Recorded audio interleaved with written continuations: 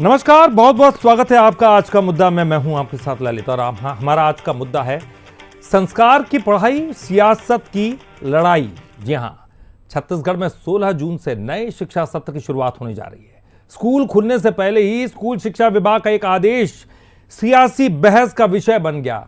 राज्य सरकार ने सरकारी स्कूलों में राष्ट्रगान, राष्ट्रगीत के साथ साथ सरस्वती वंदना, गुरु वंदना, गायत्री मंत्र, इसके अलावा भोजन मंत्र और छुट्टी के समय राजगीत अरपा पैरी के धार के गायन को अनिवार्य करने के निर्देश दिए हैं।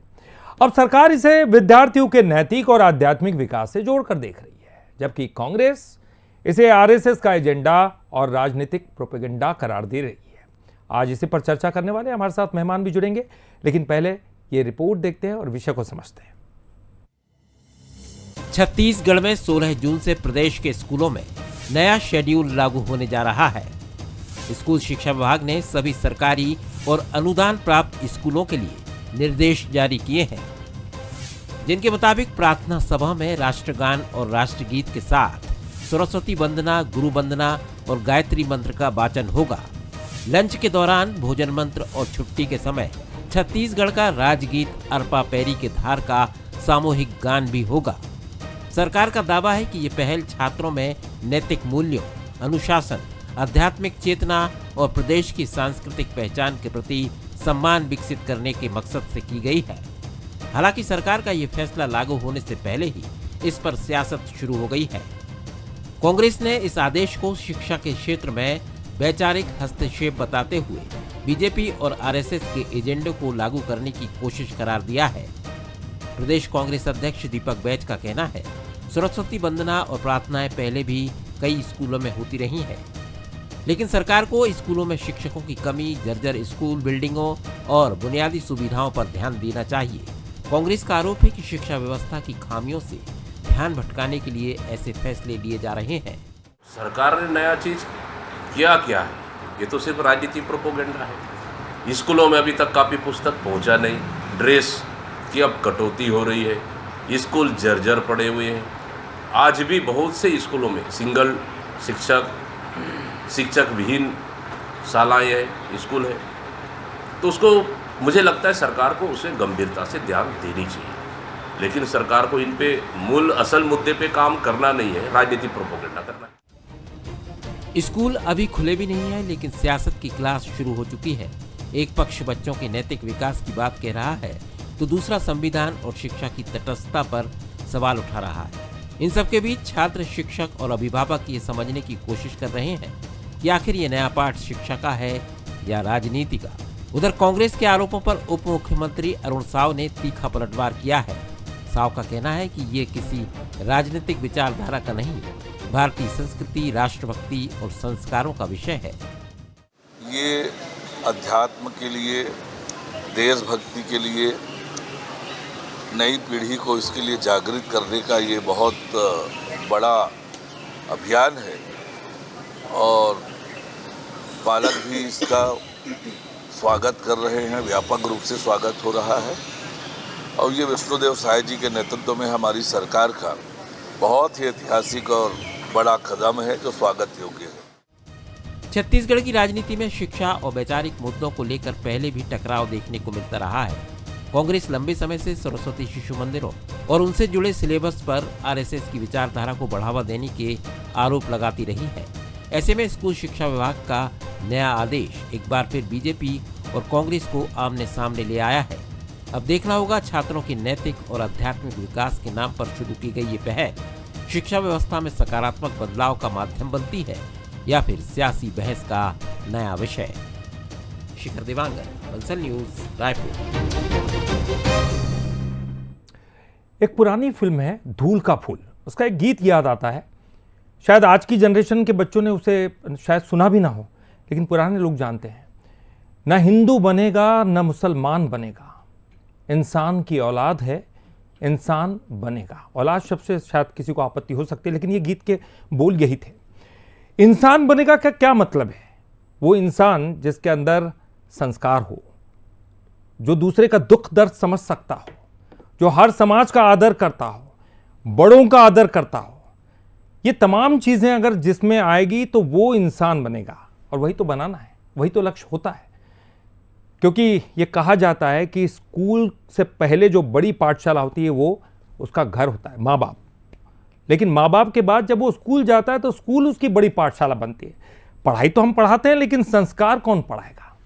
बहरहाल ये देखिए, जब इस तरह की बातें सामने आती है, थोड़ी राजनीति भी दिखाई देती है। आज इसी पर हम चर्चा करने वाले, लेकिन पहले कुछ बंसल न्यूज के सुलगते सवाल है।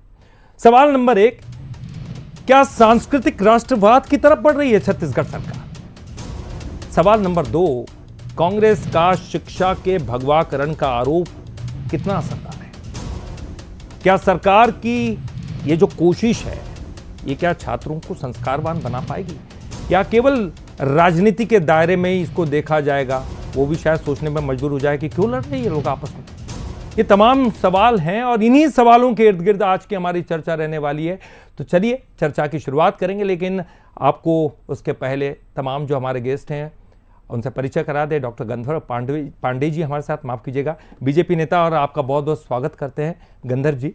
और हमारे साथ ऋषभ चंद्राकर जी हैं, कांग्रेस के नेता। ऋषभ जी, आपका भी बहुत बहुत स्वागत करता हूं। हमारे साथ वरिष्ठ प्रवक्ता हैं के शर्मा जी। शर्मा जी, आपका भी बहुत बहुत स्वागत करता हूं। और मैं शुरुआत हमेशा की तरह आप ही से करना चाहूंगा। शिक्षा जितनी जरूरी है उतना ही जरूरी संस्कार भी है। शिक्षा, संस्कार, ये दोनों साथ साथ चलते रहना चाहिए। आप कितना जरूरी इन दोनों को समझते, इनकी अहमियत को समझते हैं, और आज के दौर में इसकी इंपॉर्टेंस क्या राजनीतिक दल नहीं समझ पा रहे, या फिर यह भी राजनीति के दायरे में रहकर ही देखा जा रहा है? लेकिन निश्चित रूप से अभी जो भाजपा की सरकार चल रही है वो विरासत की भी बात कर रही है, विकास की भी बात कर रही है, कंप्यूटर शिक्षा की भी बात कर रही है, और सरस्वती वंदना की भी बात कर रही है, वंदे मातरम की भी बात कर रही है, और जनता इसको कहीं ना कहीं स्वीकार कर रही है। तभी तो भाजपा लगातार आगे बढ़ रही है, चाहे वो हिंदुत्व के मुद्दे की बात करे। अब जब सरकार अपनी ओर से विरासत की बात करे, आप जो परिवार की भी बात करें, पति पत्नी दोनों सर्विस कर रहे हैं, तो संस्कार बच्चे को कहाँ मिलेगा? समाज की जिम्मेदारी कहाँ है? लड़का बाहर जाके क्या कर रहा है, पान ठेला में क्या कर रहा है, किस प्रकार से नशाखोरी बढ़ रही है, आप सब देख रहे हैं। इसकी जिम्मेदारी यदि शिक्षक उठा रहे, जहां अधिकांश समय बच्चा जो है वो स्कूल में रहता है, उसको यदि संस्कारवान बनाना है। हम लोग सहायक वाचन पढ़े मिडिल स्कूल में, 6वीं से 8वीं तक सहायक वाचन था, जिसमें गांधी जी के बारे में और तमाम हमारे राष्ट्रीय जो कहना चाहिए कि देशभक्त रहे हैं उन सब के बारे में, स्वतंत्रता सेनानियों के बारे में कुछ तो जानकारी है। हमको सरस्वती वंदना, चूंकि मैं कालीबाड़ी स्कूल रायपुर में पढ़ा हूं, तो हमको वंदे मातरम के साथ साथ जो सरस्वती वंदना ये होता था, सरस्वती स्कूल में भी हो रहा है, स्कूल का रिजल्ट बढ़िया था। आज जब हम अंग्रेजी मीडियम की ओर आगे बढ़ रहे हैं तो उसमें संस्कृत का कितना योगदान होगा? तो संस्कृत की शिक्षा की दृष्टि से भी क्या आप प्रयास कर रहे हैं? उस दृष्टि से भी आपका योगदान है कि केवल अर्थ कितना समझेंगे बच्चे? इसको पहली कक्षा शुरू कर रहे हैं ना आप, जिस बच्चे को क ख ग घ नहीं आ रहा है उसको आप वंदना सिखा रहे हैं, 12वीं तक के ले जा रहे हैं। क्या इसको कैटेगराइज किया जा सकता है, किस कैटेगरी में आप इसको लेके जाएंगे? ठीक है, आप शुरू कीजिए, उसके एक प्रयोग के रूप में ही है। मुझे जो लगता है कि ये कितना सफल होगा, गायत्री वंदना को लेकर के बात करें, या भोजन मंत्र तो हमें भी याद नहीं, क्योंकि ना स्कूल में पढ़ाया गया ना घर में ऐसी बात रही। बाकी चीजें जो है, गायत्री मंत्र है वो ठीक है कि 2-2 लाइन 4-4 लाइन का बच्चे को कुछ रहे, धार्मिक महत्व तो उसका जुड़े। निश्चित रूप से ये काम मंदिर मस्जिद जैसे मदरसा करता है मुसलमानों में, हिंदुओं के पास ऐसी कोई संस्था नहीं है। तो शिक्षा का एक साधन जो है स्कूल है, स्कूल में यदि बेहतर शिक्षा की दृष्टि से काम किया जा रहा है। लेकिन आपका जो प्रयास, कांग्रेस जो कह रही है कि वो स्कूली भवन की बात कर रही है, शिक्षक की बात कर रही है, कंप्यूटर शिक्षा है तो कंप्यूटर है कि नहीं है, बिजली है कि नहीं है, छात्राएं यदि पढ़ रही हैं, महिला शिक्षक बड़ी संख्या में है तो शौचालय है कि नहीं है, इन बुनियादी सुविधाओं की ओर भी क्या है? 22,360 करोड़ का बजट है, इसको आप किधर बात कर रहे हैं? चुनाव के समय आप शिक्षकों की भर्ती की बात कह रहे हैं, बृजमोहन अग्रवाल मंत्री थे, 35,000 शिक्षकों की बात कह, अब वो 5,000 में आ गए, 2 साल बचे। तो शिक्षकों के विहीन जो आपने प्रतिनियुक्ति के आधार पर आपने उसको संलग्नीकरण के जरिए आपने कुछ सुधार की कोशिश की है, क्या बिना शिक्षक भर्ती के ये काम किया जा सकता है? और राजनीति छत्तीसगढ़ में देखिए, भूपेश शासन काल में अलग ही एक आत्मानंद स्कूल की बात आती है, अभी जो PM श्री स्कूल में तब्दील किया जाता है। तो प्रयास आप कर रहे हैं, ठीक है, उसका जो अभी किसी धार्मिक संस्थाओं ने इसका विरोध नहीं किया है, या ईसाई मिशनरिया जो स्कूल चला रही है वहां इसका विरोध वाली बात नहीं है। अभी राजनीतिक बात हो रही है, तो कांग्रेस को राजनीतिक रूप से इसका लाभ होगा क्या इसका विरोध करने से? ये एक बड़ी बात है। ये बड़ा सवाल है, क्योंकि जब आप बच्चा जी ये आपने राजनीतिक रूप से विचार करेंगे तो भाजपा हिंदुत्व के दम पर लगातार आगे बढ़ रही है। 22 राज्यों की सरकार है, 12 साल मोदी की एक विकास गाथा गाई जा रही है। ऐसी स्थिति में आप जब इन विषयों का विरोध करते हैं तो इसका आपका राजनीतिक नुकसान होगा कि लाभ होगा? फिर वही बात आएगी, आप हिंदुत्व को लेकर विरोध कर रहे हैं क्या?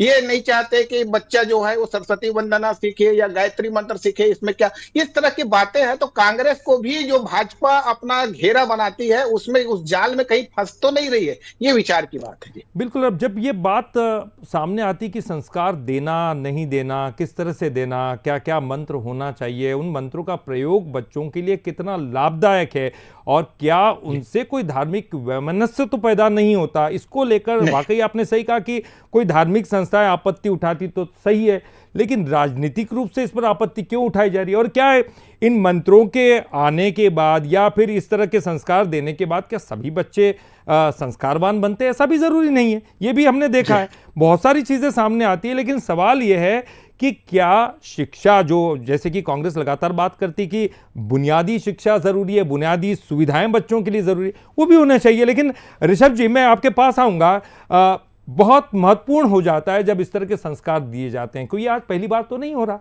गुरुकुल के समय से हम लगातार देखते रहे हैं, बच्चों को सरस्वती वंदना, गुरु वंदना पढ़ाई जाती रही हैं। अलग अलग स्कूलों में अलग अलग मापदंड हो सकते हैं, मैं ये नहीं कह रहा कि हर जगह एक जैसा कोई मापदंड होना चाहिए, लेकिन कांग्रेस आखिरकार इसका विरोध क्यों कर रही है? अगर हो तो हो, आप इसके साथ में जरूर आप बोल सकते हैं कि सुविधाएं भी दीजिए साहब, ये तो कर ही रहे, ये तो कीजिए, इसमें हमारा विरोध नहीं है, आप सुविधाएं क्यों कम दे रहे, आप ये बोलिएगा। जी बिल्कुल ललित जी, मैं आपको बताता हूँ कि शिक्षा विभाग के द्वारा बच्चों के लिए जो तीनों टाइम के 3 विभिन्न प्रकार के मंत्र और गान अनिवार्य किए हैं, बहुत आपत्तिजनक है। मैं आपको सबसे पहले संवैधानिक और कानूनी तर्क पे आपको जवाब देता हूँ मैं, बिल्कुल, कि अनुच्छेद 28(3) का उल्लंघन है। भारतीय संविधान का अनुच्छेद 28 स्पष्ट रूप से ये कहता है कि राज्य निधि, गवर्नमेंट फंड से सहायता प्राप्त किसी भी शैक्षणिक संस्था में किसी भी छात्र को किसी भी धार्मिक शिक्षा या प्रार्थना में भाग लेने के लिए मजबूर नहीं किया जा सकता। यह आदेश सीधे तौर पर इसका अधिकार का हनन करता है। और दूसरा, धर्म निरपेक्ष, हमारा प्रियम्बल जो बोलता है कि we are the people of India, जिसका सेक्युलरिज्म जो शब्द है उसमें ये उस पर चोट है। सबसे पहले तो भारत और छत्तीसगढ़ एक सांस्कृतिक और बहु धार्मिक समाज है। सरकारी स्कूलों में किसी एक विशिष्ट धर्म पद्धति मंत्रोच्चार का अनिवार्य करना देश के धर्म निरपेक्ष ढांचे के खिलाफ जाता है। ये तो ये हमारे संविधान के खिलाफ भी सबसे पहले जाता है, हमला, संविधान के खिलाफ हमला। और धार्मिक स्वतंत्रता, अनुच्छेद 25, सरकारी तंत्र का काम नागरिकों को किसी खास धार्मिक आचरण के लिए विवश करना नहीं, बल्कि हर नागरिक की अंतरात्मा की स्वतंत्रता की रक्षा करना है। क्योंकि सरकारी स्कूलों में आप देखे होंगे कि हर धर्म के, हमारे देश के हर धर्म के लोग वहाँ पे शिक्षा ग्रहण करते हैं और गरीब से गरीब, अमीर से अमीर सभी प्रकार के बच्चे वहाँ पे शिक्षा ग्रहण करते हैं। तो ऐसे में सरकारी स्कूलों में मंत्राचार अनिवार्य करने से दूसरे धर्म पर ठोस पहुंचेगी। ऐसे में मुस्लिम धर्म के लोग कुरान और आयात की, और सिख धर्म के लोग गुरुवाणी की, और ईसाई धर्म बाइबल के अंशों की भी वाचन की मांग करेंगे। तो आप सबसे पहले सरकारी स्कूलों में शर्मा जी ने जो बातें कही है, सुनिए ना सर, एक मिनट। शर्मा जी ने भी कहा इस बात को लेकर कि कोई धार्मिक संगठन सामने आए और इस बात को लेकर आपत्ति जाहिर करे, समझ में आता है। और जैसे कि आपने धाराओं की बात की, ये तमाम चीज अगर संविधान में उल्लेखित है तो आप इसे कोर्ट में ले जा सकते हैं, ये आदेश तो वहीं पे खत्म हो जाएगा। जी बिल्कुल, जी बिल्कुल। अभी तो ये डिबेट का विषय, तो यहाँ तो मैं अपनी बात एक संवैधानिक दायरे पे रहकर करूंगा ही। हमारे जो सीनियर नेता है ये इस पर जरूर कोर्ट पे जाना कर विचार करेंगे और उस पर बात भी बनेगी। लेकिन यहाँ पे प्रशासनिक और बच्चों की मनोवैज्ञानिक समावेशी की अगर बात करें कि इससे क्या फर्क पड़ना है और क्या फर्क नहीं पड़ना है, शासन को किस पे ध्यान देना चाहिए, शिक्षा की प्राथमिकता क्या होनी चाहिए, छत्तीसगढ़ के स्कूल को आज मंत्र की जरूरत है या इंफ्रास्ट्रक्चर की जरूरत है, इस पे ध्यान होनी चाहिए। लेकिन ये 35,000 शिक्षक भर्ती की बात की जैसे आपने ही बताया, और 5,000 में अटक गए, आज इनकी सरकार 2.5 साल होने जा रही है, ये उस पे बात नहीं करेंगे। ये सवाल तो पूछूंगा क्योंकि ये तमाम चीजें भी इसी के इर्द गिर्द घूमती है। हालांकि हम केवल आज बात संस्कार की कर रहे हैं, लेकिन संस्कार के साथ साथ शिक्षा की व्यवस्थाएं क्या है, इस पर भी जरूर हम बात करेंगे। ये कोई इससे बिल्कुल अलहदा सब्जेक्ट नहीं है। लेकिन डॉक्टर गंधर्व जी, आपके पास मैं आना चाहूंगा, और आप लगातार बात कर रहे हैं, बीजेपी कह रही है नैतिक शिक्षा है, संस्कार वाली शिक्षा है, ये तमाम बातें हैं, ये बच्चों को दिखाई दे रही है, उनके पेरेंट्स को भी दिखाई दे रही है। लेकिन आरोप आप पर यह लगता है कि ये धार्मिक पक्षपात वाला मामला है। आप किसी को किसी धर्म की बात करने के लिए ऐसा अनिवार्य कैसे कर सकते हैं?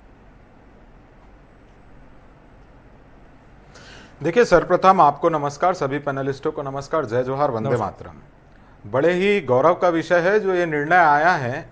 ये वास्तव में आप देखेंगे तो मैकॉले की जो मानसिकता थी औपनिवेशवाद की, उसमें जिस प्रकार से हमारे इतिहास में हमारे सांस्कृतिक गौरव को, हमारे संस्कृति को जड़ से काटने का काम लगातार किया जा रहा था, ये कहीं ना कहीं उसके ऊपर वार है।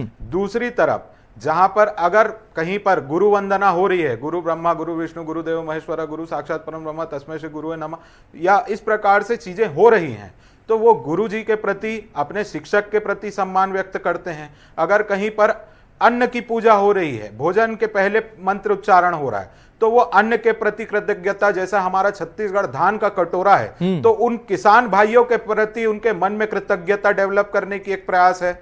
उसी के साथ साथ राष्ट्र के भी गीत हैं, राज्य के भी गीत हैं, तो सभी चीजें एक दूसरे के तरीके से जुड़ी हुई हैं और चरित्र निर्माण का कार्य करती हैं। अब इसमें बात आ जाती है कि सांप्रदायिकता की, तो सांप्रदायिकता का दर्द किसी समाज विशेष ने तो अभी तक प्रकट नहीं किया, पर आदेश आने के तुरंत बाद कांग्रेस कमेटी के अध्यक्ष को सबसे पहले यह दर्द क्यों हुआ? उनको तब क्यों नहीं दर्द होता जब कॉन्वेंट स्कूल हिंदुओं के बच्चे से भी प्रेयर करवा के आखिरी में आमीन बुलवाते हैं? उनको तब वो क्यों दर्द नहीं होता?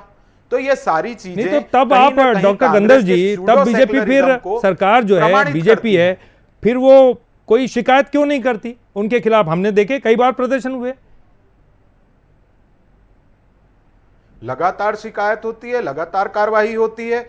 अब ये सारी चीजों पे इसमें रोक लगाई जा रही है। और जिस प्रकार से हमारी नीति है, हमारे अगर प्रदेश के बच्चे अपने सांस्कृतिक गौरव को जानेंगे और उनका चरित्र निर्माण होगा, तो आज हम सिर्फ संस्कृति की ही बात नहीं करते, हम AI स्पेस टेक्नोलॉजी से लेकर PM श्री स्कूल के माध्यम से स्पेस टेक्नोलॉजी की भी बात कर रहे हैं, पर साथ ही साथ हमारी जड़ें हमारे सांस्कृतिक गौरव के साथ जुड़ी रहे, उसके लिए प्रयासरत हैं। देश में पहले मैकाले की नीति के तहत जो वहां वेटिकन सिटी से बैठ के पोप बोल दे, उस प्रकार से चलने की एक नीति तय की गई थी, उसको कहीं ना कहीं ये जड़ से खत्म करने का प्रयास है। और इन्होंने संविधान की जो बात की, तो मैं इनसे कहना चाहूंगा, संविधान के जितने अधिकार क्षेत्र हैं उसमें जो भी चीजें रहेंगी उसको सुधार के संविधान के समक्ष करके किया जाएगा। अब राष्ट्रगीत में भी कई लोगों को जैसे चिन्हांकित किया जा सकता है, आपके चैनल के माध्यम से बहुत सारे, नहीं तो क्या अनिवार्य है? क्या हर बच्चे के लिए अनिवार्य है? अगर कोई बच्चा नहीं करना चाहे मान लो, तो उसके लिए क्या जबरदस्ती है? अनिवार्य है? उसी को लेकर तो ये विरोध है ना सर। इसी चीज पे आ रहा हूं। हाँ देखिए ललित जी, इसी चीज पे आ रहा हूं मैं। जैसे राष्ट्रगीत है वंदे मातरम, ठीक है, तो वो तो कंपलसरी है। मैं आपको बताना चाहूंगा, ऐसे बहुत सारे बच्चे चिन्हांकित हो सकते हैं कि लगातार जब वंदे मातरम गाया जाता है तो वो सिर्फ मौन सम्मान में खड़े हो जाते हैं। तो इस प्रकार की चीजें हम रोज देख ही रहे हैं। तो कहीं ना कहीं सभी चीजों को समायोजित करते हुए सभी का, जब जिसकी जैसी भावना वाली बात है, और राष्ट्रगीत पे जो ऐसा कर रहे हैं उन पे तो कड़ा एक्शन भी हम लेंगे।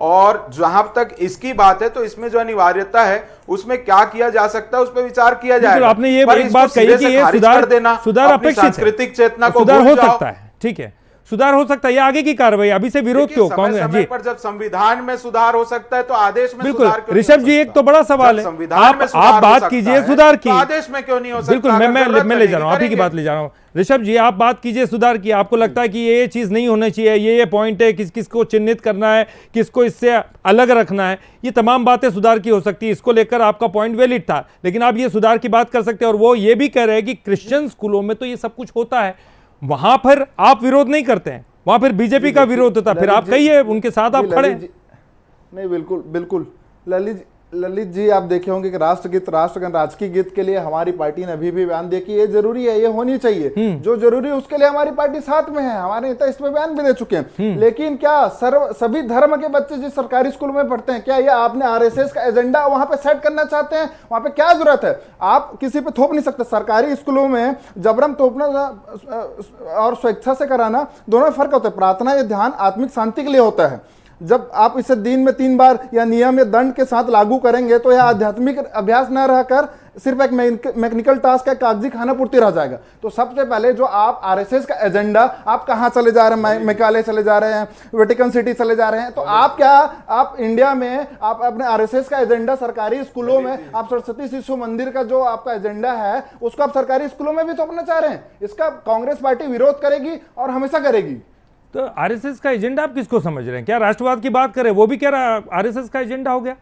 आरएसएस ने क्या, वो कहते हैं कि क्या राष्ट्रवाद उन्हीं की देन है? क्या नहीं है ना, ये तो सबके लिए है। अगर आप देशभक्ति की बात करते हैं तो ये कांग्रेस ही एजेंडा भी हो सकता है। ये कांग्रेस, आप खुल के कहिए ना कि यह तो हम भी कहते हैं लगातार, क्यों कहते हैं आपकी आरएसएस का एजेंडा ही है? देशभक्ति की बात कर रहे हैं, हमारी पार्टी देशभक्ति की बात करी, तभी हम राष्ट्रगीत, राष्ट्रगान, राजकीय गीत के लिए तो हम पहले से समर्थन दे चुके। हमारे नेता आप देखे होंगे, दीपक बैज जी ने कहा ये जरूरी है, ये होनी चाहिए। लेकिन आप जहां जबरदस्ती, आप देख रहे होंगे कि शिक्षकों पे ऑलरेडी अतिरिक्त बोझ है, यहाँ पे शिक्षकों की हालत क्या है, उनको अन्य और कामों में लगा दिया जाता है।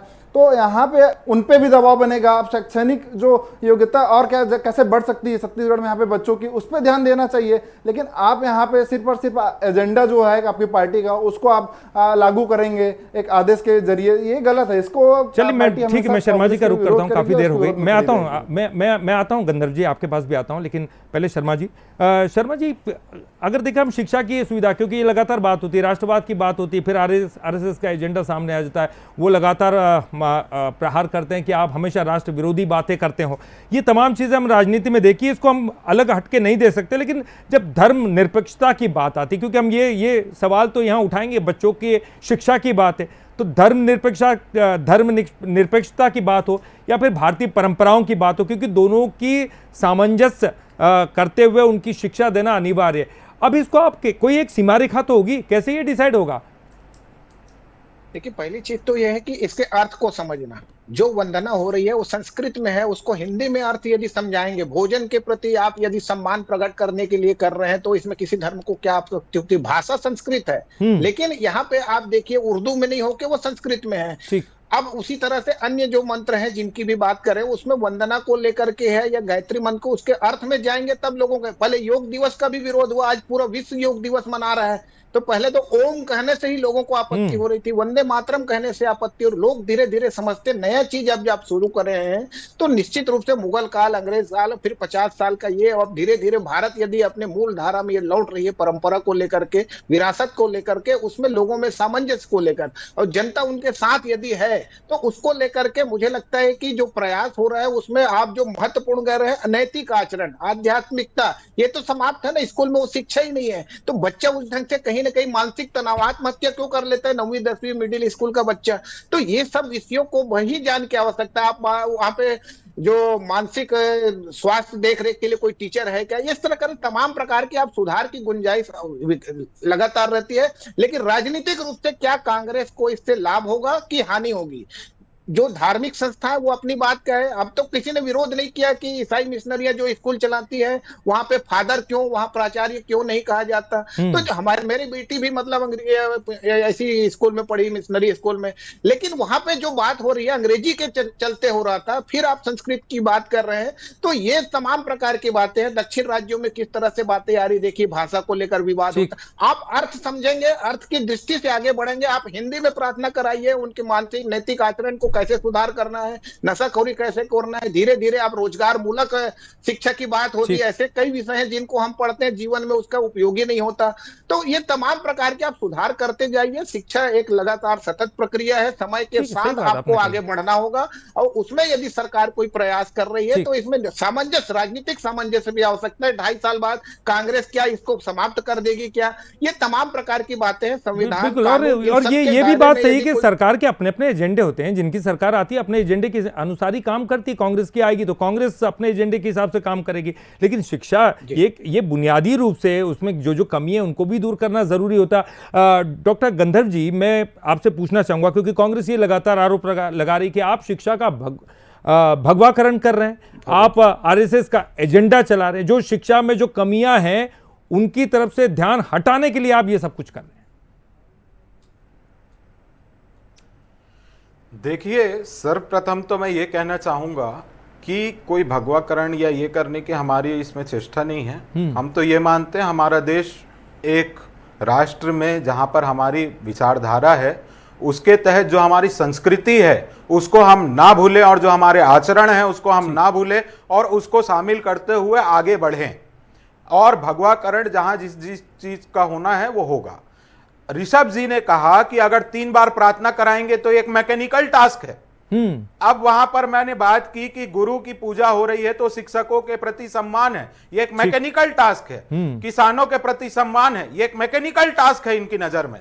तो ये मैकेनिकल टास्क ये लोग अपने लिए ये प्रार्थना को तक के मैकेनिकल टास्क अब बीच में बोलने लग गए। मैंने आपके बीच में नहीं बोला, मैंने आपके बीच में नहीं बोला। सुनने का संयम रखो, सुनने का संयम रखो। देखो आप सुनने का संयम रखो। पहले आप सोनिया गांधी जी को बाद में खुश करने बोलना, दीपक बैज जी को। सोनिया गांधी जी को खुश करने के लिए आप सरस्वती वंदना का विरोध कर रहे हैं, आप गायत्री मंत्र का विरोध कर रहे हैं, आप दीप मंत्र का विरोध कर रहे हैं। क्यों विरोध कर रहे हैं? आपकी सच्चाई है ये।